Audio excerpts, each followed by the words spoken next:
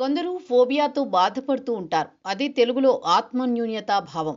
ఎదుటివారు తమ గురించే మాట్లాడుకుంటారు అనేది వారి భావన. ఇప్పుడు అటువంటి పరిస్థితి వైఎస్ఆర్ కాంగ్రెస్ పార్టీలో కనిపిస్తోంది.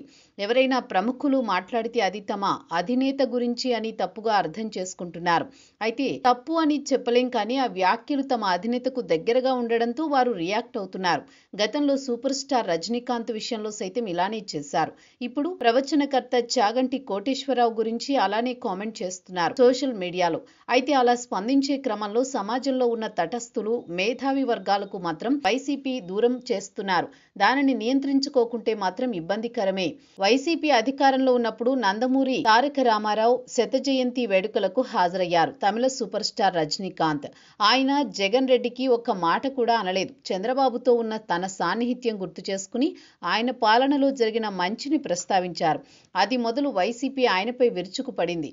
కొడాలి నాని లాంటి నేత రజనీకాంత్ శరీర ఆకృతిపై మాట్లాడారు. సూపర్ స్టార్ అని చూడకుండా చులకన భావంతో వ్యాఖ్యానాలు చేశారు. వైసీపీ సోషల్ మీడియా సైతం రజనీకాంత్పై రెచ్చిపోయిన సందర్భాలున్నాయి. అయితే దానికి ఎన్నికల్లో మూల్యం చెల్లించుకుంది వైఎస్ఆర్ కాంగ్రెస్ పార్టీ. అయినా సరే గుణపాఠాలు నేర్చుకోలేదు. తాజాగా ప్రవచనకర్త చాగంటి కోటేశ్వరరావు కుటుంబ విలువల గురించి మాట్లాడారు. తల్లిదండ్రుల పట్ల, తోబుట్టువుల పట్ల గౌరవంగా ఉన్ననాడే సమాజం బాగుంటుందని చెప్పుకొచ్చారు.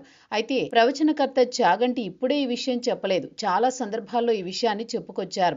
ఆయన చంద్రబాబు పట్ల గౌరవంతో మాట్లాడేసరికి, ఆయన రాష్ట్ర ప్రభుత్వ సలహాదారుడు అయ్యేసరికి వైఎస్ఆర్ కాంగ్రెస్ పార్టీ ముఖ దాడి చేయడం ప్రారంభించింది. సోషల్ మీడియా వేదికగా టార్గెట్ చేస్తోంది. కానీ ఏపీ ప్రభుత్వం నుంచి ఒక్క రూపాయి కూడా తీసుకోకుండా విద్యార్థులకు నైతిక విలువలు బోధన చేస్తున్నారు చాగంటి.